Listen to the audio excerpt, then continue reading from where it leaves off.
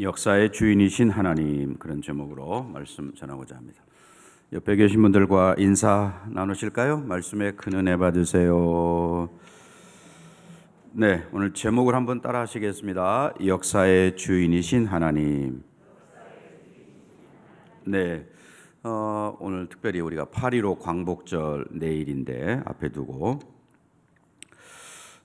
우리 모두는 사실 역사 속에 산다, 이렇게 말할 수 있겠죠. 저와 여러분 모두가 다. 그래서 나름대로 역사적인 존재다, 이렇게 표현을 하는 거죠. 또 우리 기독교와 역사는 소위 아주 밀접한 관계가 있다, 이렇게 말할 수 있겠습니다. 오죽하면 인류의 역사가 예수님 오시기 전과 오신 후, 요즘은 또 다르게 이야기도 하지만, 그러나 예수님이 이 땅에 오신 것을 기점으로 오시기 전과 후로 나눌 만큼 역사가 그렇게 아주 밀접한 관계가 있다라고 말할 것입니다. 신학자인 안토니 후쿠마라는 학자가 그런 이야기했어요.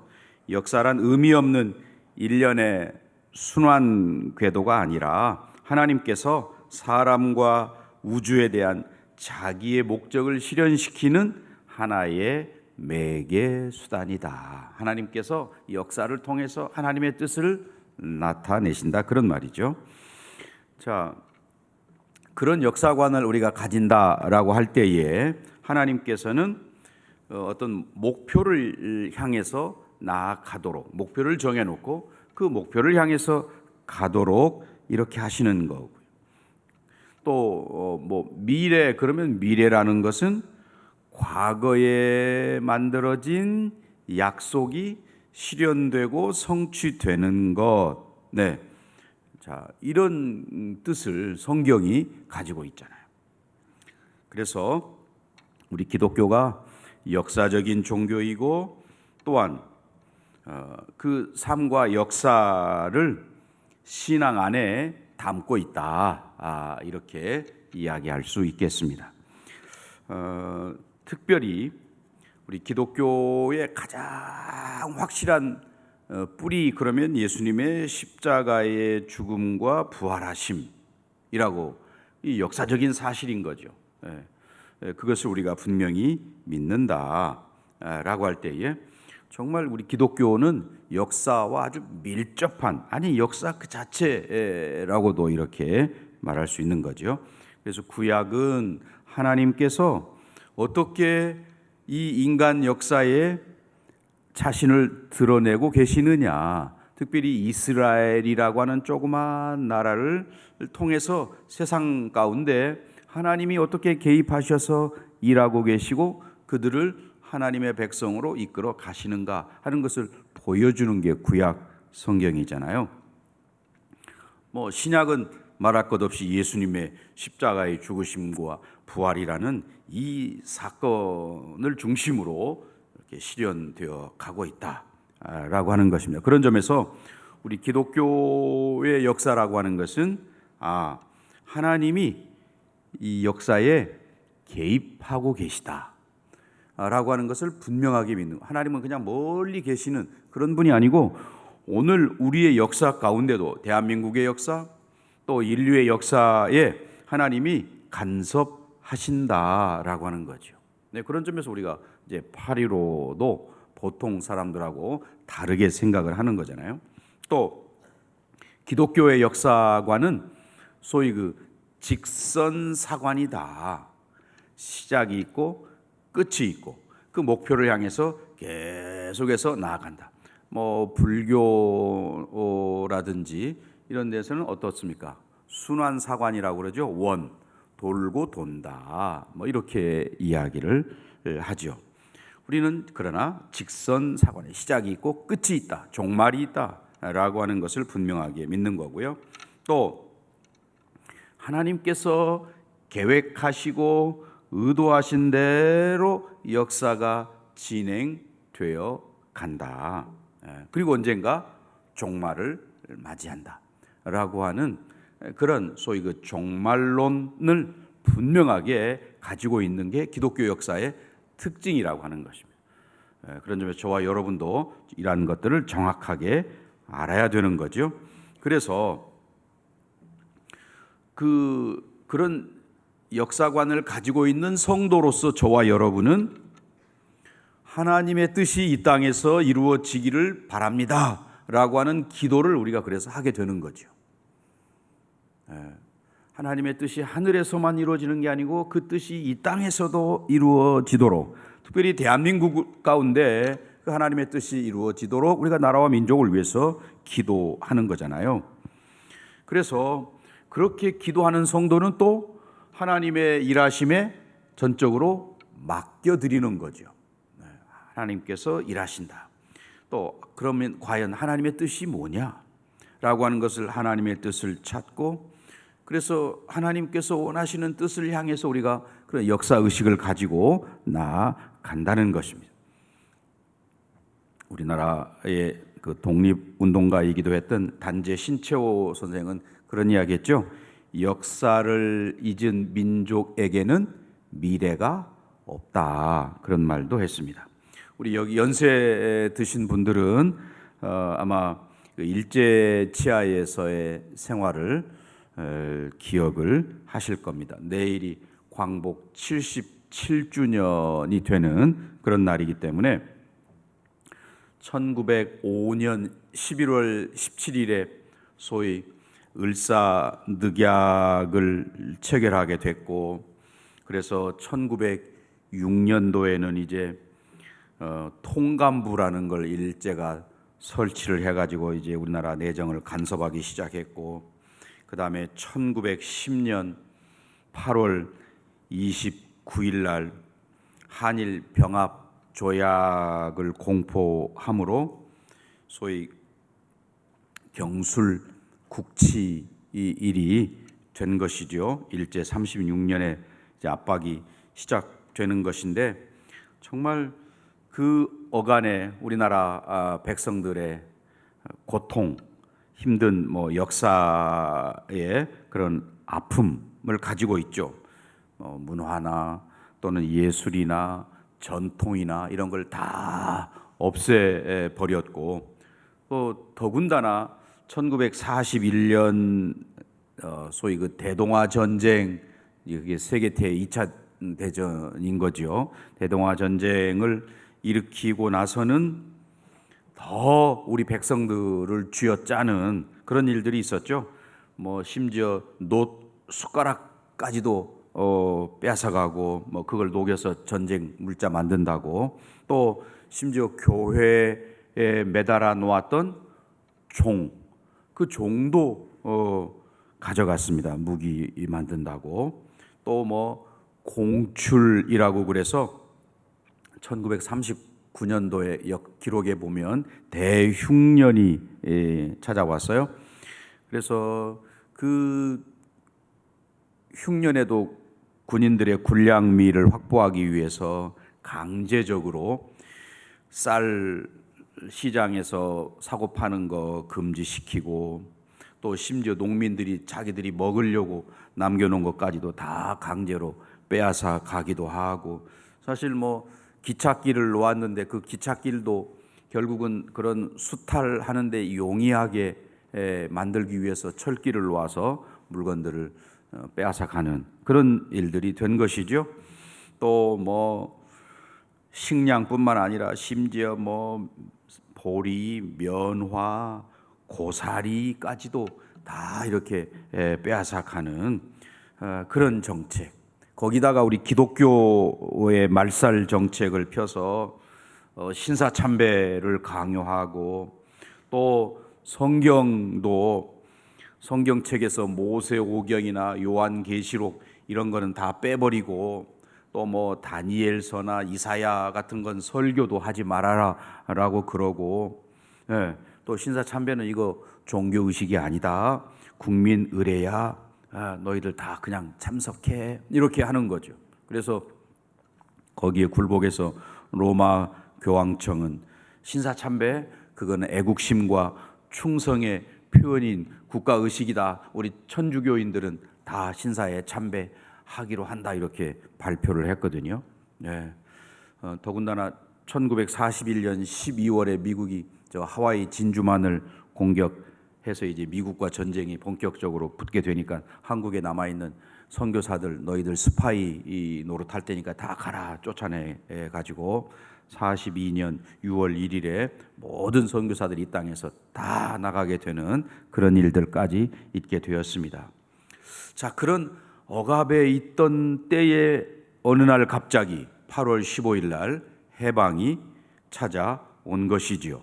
그걸 우리가 광복절이라고 하게 됩니다. 그래서 그 광복절도 우리나라에서는 이제 영어 명칭도 공식적으로 National Liberation Day 이렇게 표기하기로 했다고 발표를 했는데요.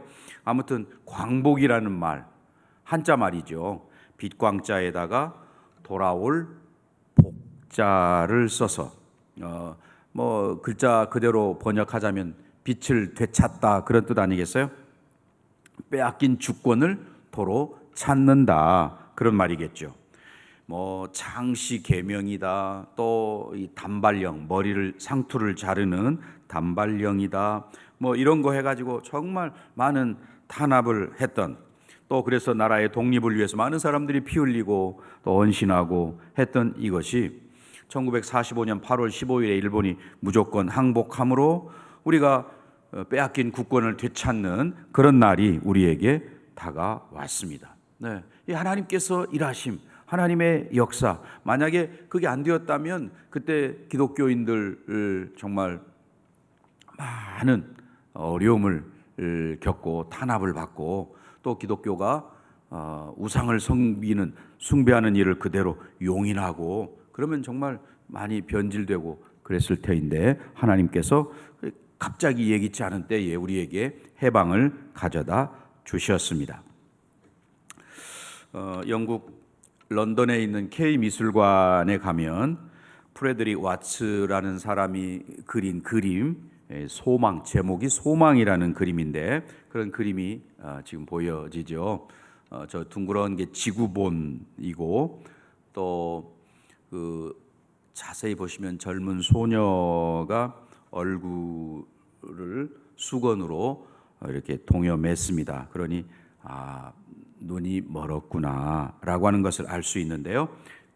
비파가 있는데 저 비파는 원래 7줄로 되어 있다고 그러죠. 그런데 다 끊어지고 한 줄만 지금 남아 있습니다. 예. 그래서 지금 저 그림이 제목이 소망이다. 앞을 보지 못하지요. 또 6줄은 다 끊어버렸지만 한 줄 가지고 계속해서 비파를 타고 있다. 그래서 그 줄은 소망의 줄이다. 이렇게 이야기하는데요. 우리 인간들이 모든 내가 가지고 있고 믿고 또 나에게 뭔가를 보장해 줄 만한 안심시키는 그런 모든 줄이 다 끊어졌다 할지라도 그것이 건강이든 뭐 경제적인 문제든 어떤 것이든 이런 모든 줄들이 다 끊어졌다 할지라도 저 소망의 줄, 우리로 말하면 대한민국의 독립을 위해서 그 일제압제 아래에서 많은 사람들이 해외에 나가서 독립운동을 한다든지 아니면 여기 이 땅에서 나라의 독립을 위해서 백성들을 계몽시키고 또 군자금을 모아서 보내기도 하고 뭐 이런 여러 가지 일들, 정말 나라의 독립이라고 하는 그런 소망의 줄을 붙잡고 나아갔던 우리 믿음의 선배들, 끝까지 끊어지지 않는 이 소망의 줄, 우리 믿는 자들에게, 저와 여러분에게, 아니 오고 오는 모든 세대까지를 포함해서 정말 끊어지지 않는 소망의 줄이 있다면 그것은 영원한 하나님께 소망을 두는 것, 그것이 진정한 의미의 소망의 줄이 되는 것이죠. 고난의 때에는 대부분의 사람들이 기도합니다. 그런데 그 기도가 어떻습니까? 그 고난이나 아니면 고난이 빨리 지나가고 혹은 고난의 원인이 되는 대적이 제거되기를 기도하면, 그것은 어느 정도 물론 믿음이 있기 때문에 기도하니까 믿음이 있는 거지만은 그것은 장성한 믿음이라고 할 수는 없는 것이죠. 진정한 기도는 그 어려운 상황 속에서 하나님을 만나는 거죠. 우리가 코로나 시기를 지나고 있습니다만은 이 코로나가 빨리 지나가는 거 물론 그것도 우리가 기도해야 할 제목이죠. 하지만 이 코로나 상황 속에서 더 중요한 것은 정말 모든 상황을 어거하시는 그 참되신 하나님을 우리 각자가 이 고통 속에서 만나고 그 하나님과 깊은 교제를 누리는 것이어야 한다는 것이죠. 오늘 이 시편 102편 마찬가지입니다. 그 마지막 단락에서 우리가 보는 것처럼 어떤 현실의 변화가 있는 게 아닙니다. 그럼에도 이 시편 저자는 102편의 저자는 끊임없이 하나님의 임재하심을 현실에서 그가 보는 것처럼 이렇게 기록하고 있다라는 것이죠. 그 기도하는 나는 너무 유한한 존재인데 하나님은 영원하신 그런 분이십니다 라고 하는 것을 발견하고 이야기하고 있거든요. 그래서 하나님 앞에 그가 겸손하게 하나님을 의지하면서 기도하고 있다. 이거는 그의 믿음이 자라고 있다는 것을 보여주는 것이죠. 시편 102편 여러분 보시면 102편 하고 작은 글씨로 뭐라고 써 있습니까? 고난 당한 자가 마음이 상하여 그의 근심을 여호와 앞에 토로하는 기도라는 아주 설명이 되어 있습니다. 그 시인이 고난 중에 하나님을 바라보고 또 하나님께 그 고통, 자기가 당하고 있는 고통을 토로하는, 이야기하는 그런 내용이구나. 물론 그가 어떤 이유로 고난을 당하고 있는지는 설명되어 있지 않습니다.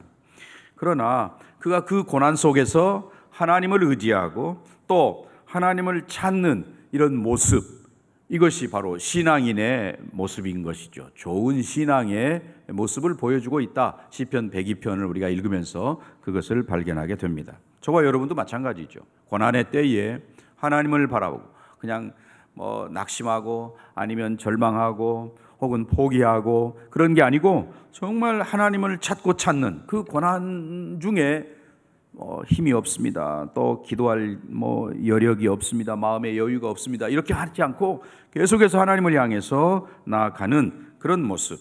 비록 원치 않는 고난 속에 내가 놓여 있지만 그 고난도 하나님의 주권 아래 되어지는 일이다. 하나님은 역사의 주인이시다라고 하는 것을 분명하게 믿으면서 그가 나아가고 있는, 심지어 이 고난조차도 하나님 안에 있다라고 하는 그런 믿음을 보이고 있다는 것이죠. 자, 오늘 본문 12절 말씀 여러분 함께 읽겠습니다. 여호와여 주는 영원히 계시고 주에 대한 기억은 대대에 이르리이다. 네, 이 시인은 고난 중에 있지만 그 하나님의 은총을 그가 잊어버리지 않고 내 개인의 고난에 초점을 맞추어서 기도했던 그 앞부분의 모습에서 이 12절부터는 소위 시선이, 초점이 달라지고 있다라고 하는 것입니다. 지금 그는 하나님에게로 혹은 하나님의 주권, 하나님의 왕권으로 시선을 옮기고 있는 거죠. 자기 자신의 고난에만 집중하는 게 아니고, 물론 전반부에는 자기 자신의 그런 고통과 고난에 집중하고 있다가 12절부터는 시선을 돌려서 하나님께로 주목하고 있다는 것입니다. 그래서 이제는 자기 상황, 내가 처한 형편, 여기에 초점을 맞추는 게 아니고 하나님의 존재를 중심으로 기도하고 있다라고 하는 것입니다. 하나님의 영원하심을 고백하는 게 12절이잖아요. 12절 다시 보시면 여호와여 주는 영원히 계시고 주에 대한 기억은 대대에 이르리이다. 이렇게 고백합니다.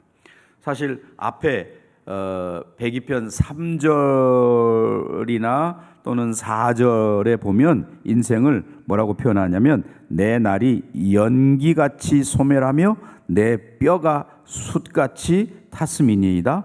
내가 음식 먹기도 잊었으므로 내 마음이 풀같이 시들고 말라버렸사오며. 얼마나 고통이 심했으면 여기 3절과 4절에서 연기 같다고도 말하고 풀 같은 그런 인생이라고 말하고 이렇게 표현하고 있는 거지요. 자, 그런데 그렇게 표현하던 그가 자기 자신을 볼 때는 그렇죠, 물론. 하지만 이제 12절부터 시선을 하나님께로 옮겨가고 있다라는 것이죠. 자, 그래서 13절도 읽어볼까요?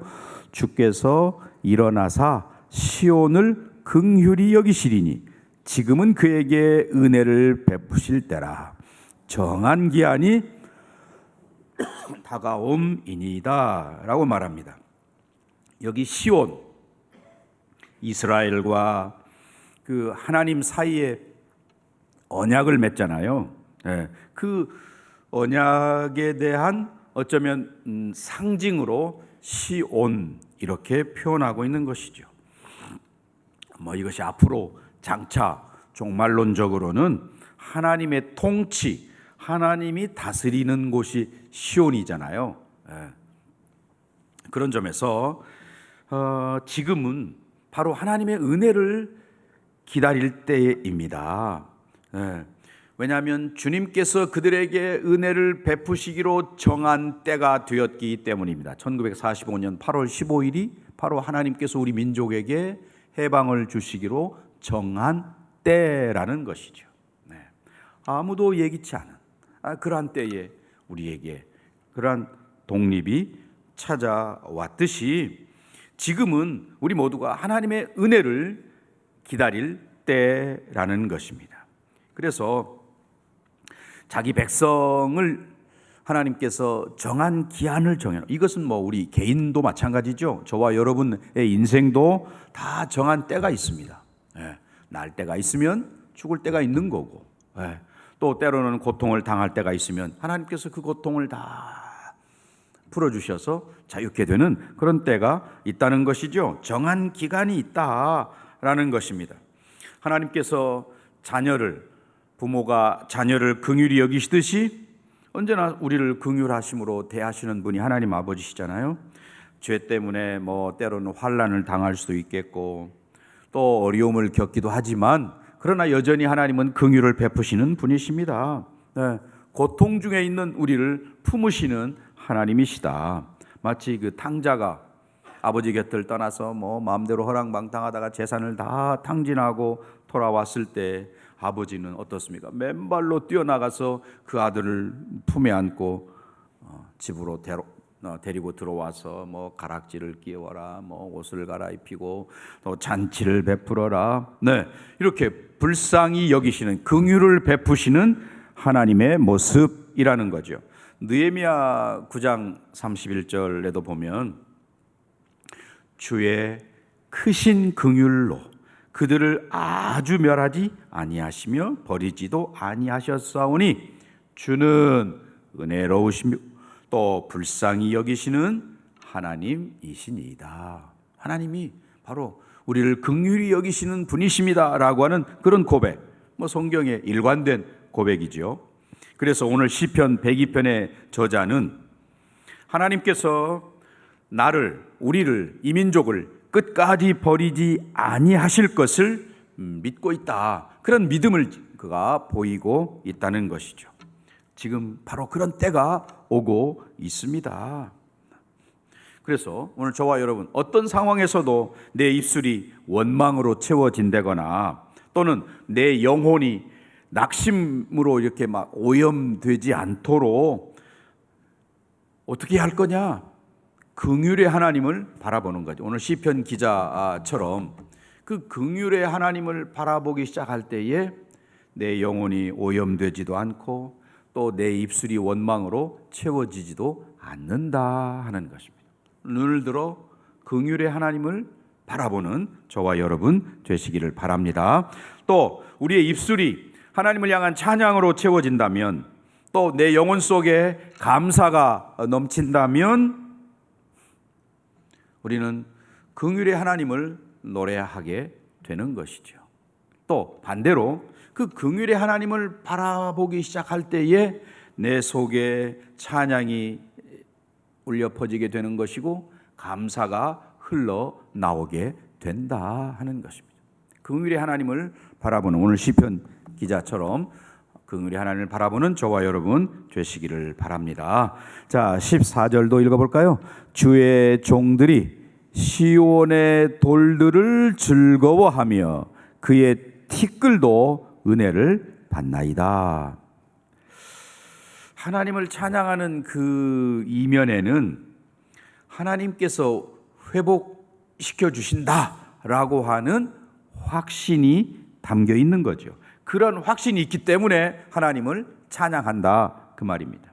현재 상황이 너무 절망적이고 또는 회복이 불가능한 것 같은, 대한민국의 독립이 어느 날 이렇게 갑자기 찾아올 줄 예상하지 못하고 정말 독립이 되기나 할까? 뭐 이런 불가능해 보이는 상황, 뭐 갈수록 더 조이고 압박하고 하는 그런 상황이기 때문에, 그런데 오늘 시편 기자는 그런 상황 속에서 하나님께서 회복시켜 주실 것이라고 하는 그런 확신, 그것 때문에 죽을 것 같은 그런 절망적인 상황에서도 하나님을 찬양할 수 있다 하는 것입니다. 오늘 우리가, 저와 여러분이 이 시대에, 코로나 시대에 잃어버린 것이 있다면 혹시 하나님을 찬양함이 아닐까 생각이 듭니다. 찬송을 잃어버린 시대. 그런 점에서 오늘 이 시편 기자처럼 저와 여러분도 하나님을 찬송하는, 시온의 돌들을 즐거워하며 라고 하는 하나님을 기쁨으로 찬양하는 저와 여러분 되시기를 바랍니다. 그래서 정말 이 9절 14절 말씀을 통해서 정말 그들이 얼마나 회복되기를, 시온의, 예루살렘의, 이스라엘의 회복을 얼마나 간절히 바라고 있는가 하는 것을 알 수 있는데, 하나님께서 은혜를 베푸셔야만 가능한 일입니다 라는 거죠. 오늘 이런 간절함이, 또 오늘 이 시편 기자와 같은 그런 주님을 향한 찬양과 감사가 오늘 저와 여러분 안에, 우리 교회 안에 충만하기를 간절히 축원합니다. 여기 15절부터 17절 말씀까지, 제가 15절, 여러분이 16절, 그리고 17절은 다 같이 이렇게 읽도록 하겠습니다. 이에 문나라가 여호와의 이름을 경외하며 이 땅의 모든 왕들이 주의 영광을 경외하리니.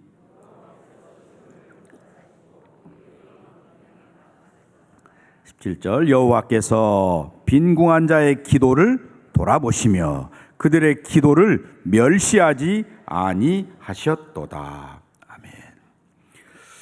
그 하나님께서 이스라엘 백성들을 이방인의 압제로부터 건지시고 또 구원의 내심으로 말미암아 문나라와 또 이 땅의 왕들, 그들이 하나님을 능력의 신으로 알게 될 것이다, 그런 말입니다. 하나님께서 역사를 이끌어 가시는 것을, 역사의 주인 되심을 그들이 보게 된다는 거죠. 이방 사람들이 바벨론 포로에서 돌아오는 것도 그렇잖아요. 정말 그들이 예기치 않은 때에 하나님께서 메대 파사를 일으켜서 그렇게 역사를 이끌어 가시는 것을 보여 주셨습니다. 그 약소국 이스라엘이 회복된다는 거, 이거 불가능해 보이는, 대한민국이 해방을 맞고 독립이 된다는 거 불가능해 보이는 것 같은 그런 것이었습니다. 그런데 하나님께서 그들을 회복시켜 주셨다. 하나님의 능력 외에는 그렇게 할 수가 없다는 것이죠. 17절 다시 보시면 여호와께서 빈궁한 자의 기도를 돌아보시며 그들의 기도를 멸시하지 아니하셨도다. 그 이스라엘이 회복된 이유가 하나님께서 그들의 기도를 들으셨기 때문입니다 라는 것입니다. 진노 가운데라도 하나님께서 그 곤고한 자의 부르짖는 기도를 들어주시는 분이시다. 이 땅의 독립을 위해서 우리 믿음의 선진들이 눈물로 기도하고 씨를 뿌렸기 때문에 예기치 않은 때에 이러한 일이 우리에게 일어났습니다. 그런 말이잖아요. 자, 18절 제가 읽고요. 여러분이 19절 말씀을 읽겠습니다. 이 일이 장래 세대를 위하여 기록되리니 창조함을 받을 백성이 여호와를 찬양하리로다.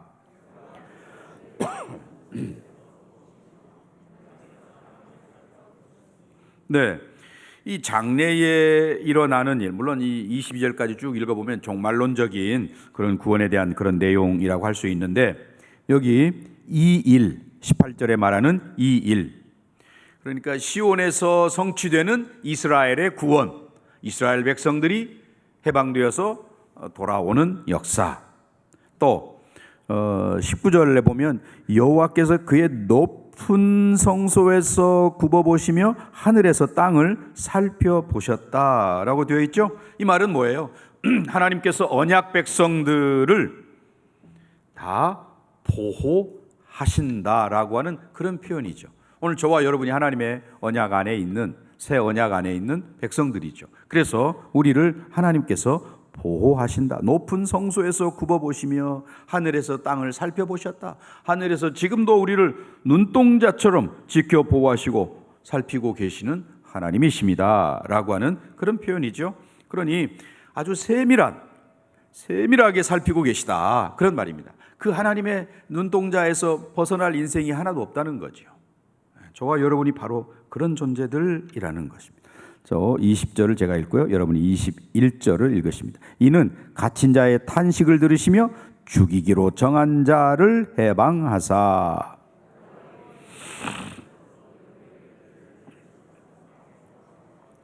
네, 여기 20절과 21절 말씀은 하나님의 구원을 좀 더 구체적으로 적극적으로 묘사하는 그런 표현이라고 말할 수 있겠습니다. 갇힌 자, 또 죽이기로 작정한 자, 네. 바벨론의 포로로 끌려간 자를 여러분 생각하시면 쉽게 이해가 될 겁니다. 그런데 세상에서 이 말 속에는 세상에서 억압받고 죽음의 위협 가운데 있어서 자기 힘으로 어떻게 할 수 없는 모든 인생들까지 포함하는 게 바로 여기 20절과 21절의 말씀이죠. 오늘 저와 여러분이 여기에 해당된다는 이야기입니다. 하나님께서는 그들의 소리에 귀를 기울이신다라고 하는 말씀이에요. 자, 22절 마지막 절인데 같이 봅니다. 그때에 민족들과 나라들이 함께 모여 여호와를 섬기리로다. 아멘. 네, 하나님께서 구원의 역사를 다 이루신 후에 이방 민족들이 여호와를 섬기게 될 거다라고 하는 그런 예언의 말씀인데요. 지금 이 시편 기자는 이 극심한 고난 가운데 나뿐만 아니라 이 민족의 회복을 그가 노래했죠. 그리고 온 땅에 하나님의 영광스러운 나라가 이루어질 것을 예언하는 그런 내용으로 끝을 맺고 있습니다. 우리가 좋은 믿음이 좋다라고 하는 건 뭡니까? 어떤 희망, 소망을 가지고 나아가는 믿음이시죠. 정말 주님께서 다시 이 땅에 오실 것을 기대하면서 나아가는 믿음, 좋은 믿음인 것이죠. 또 언젠가 이 땅에 종말이 있고 또한 거기에는 내 개인의 종말도 포함되는 거죠. 내가 죽는 것이 개인의 종말 아니겠어요? 개인의 종말 또는 이 지구의 종말, 우주의 종말이 있다는 것을 바라보면서, 그 말은 주님이 다시 오신다는 그런 의미가 되기 때문에 그것을 가지고 하나님을 바라보는, 소망을 갖고 하나님을 바라보는 믿음, 좋은 믿음이다 라는 것을 이야기할 것입니다. 지금 이스라엘 백성들이 하나님께로부터 매를 맞고 어려움을 겪고 있지만, 그러나 주님께서 이 백성을 회복시켜 주실 것입니다. 참된 해방을 바라보고 있는 거죠. 이 민족도 남과 북이 허리가 잘려서 지금 또 대치 중에, 휴전 중에 있는 이런 상황이기 때문에 사실은 완전한 해방이라고는 말할 수 없지요. 정말 주님 안에서 복음으로 이 대한민국이 남과 북이 온전히 하나 되는 그런 역사, 이 참된 해방일 텐데, 그거보다 더 귀한 것은 우리의 영혼이 사탄으로부터 해방되어서 자유롭게 하나님을 찬송하는, 내 모든 가족과 일가 친지들과 자녀들과 모든 사람들이 하나님 안에서 참된 영적인 해방을 갖도록 우리가 기도하고 또 노력해야 되겠죠. 이제 결론의 말씀을 전하고자 합니다. 이 땅에 존재하는 모든 것들은, 저와 여러분을 포함해서 모든 것들이 다 하나님의 만드신 바, 하나님의 피조물이라. 그 말은 하나님은 창조주시다, 그런 말이죠. 피조물은 영원하지 않는 거죠. 제한적이고 한시적인 세상을 사는 것, 우리가 그것을 잊고 지날 뿐이지, 저와 여러분 우리 모두는 다 언젠가 끝이 있는, 인생의 종말이 다가오는 그런 삶을, 제한된 삶을 살아가는 그런 역사적인 존재다. 하늘과 땅과 바다도 영원하지 않는 거죠. 모든 것들이 옷이 시간이 지나면 낡아지는 것처럼 이렇게 될 것이죠. 계절도 바뀌고 낮과 밤도 바뀌고 결국 이 모든 것들은 다 바뀌고 없어지고 하지만, 영존하시는 하나님은 처음과 나중이시고 영원하신 분이시다. 그 하나님께서 저와 여러분을 돌보고 계시고 이 땅을 돌보고 계시다. 그런 점에서 우리 모두가, 저와 여러분이 예수 안에 거할 때 하나님의 구원하심과 또 영원한 생명 가운데 살게 된다는 사실, 변함없는 하나님의 긍휼하심에 소망을 두는 저와 여러분이 되고, 오늘 시편 기자가 이렇게 하나님의 은혜를 바라고 소망하면서 나아갔던 것처럼, 오늘 저와 여러분이 역사의 주인 되시는 하나님 아버지, 그 하나님께 감사하면서 정말 이 땅에 내 가족, 또 대한민국의 온 세계의 참된 해방, 영과 육이 온전히 해방케 되어지는 그런 역사 있기를 위해서 기도하는 우리 모두가 되실 수 있기를 주의 이름으로 간절히 축원합니다. 기도하겠습니다.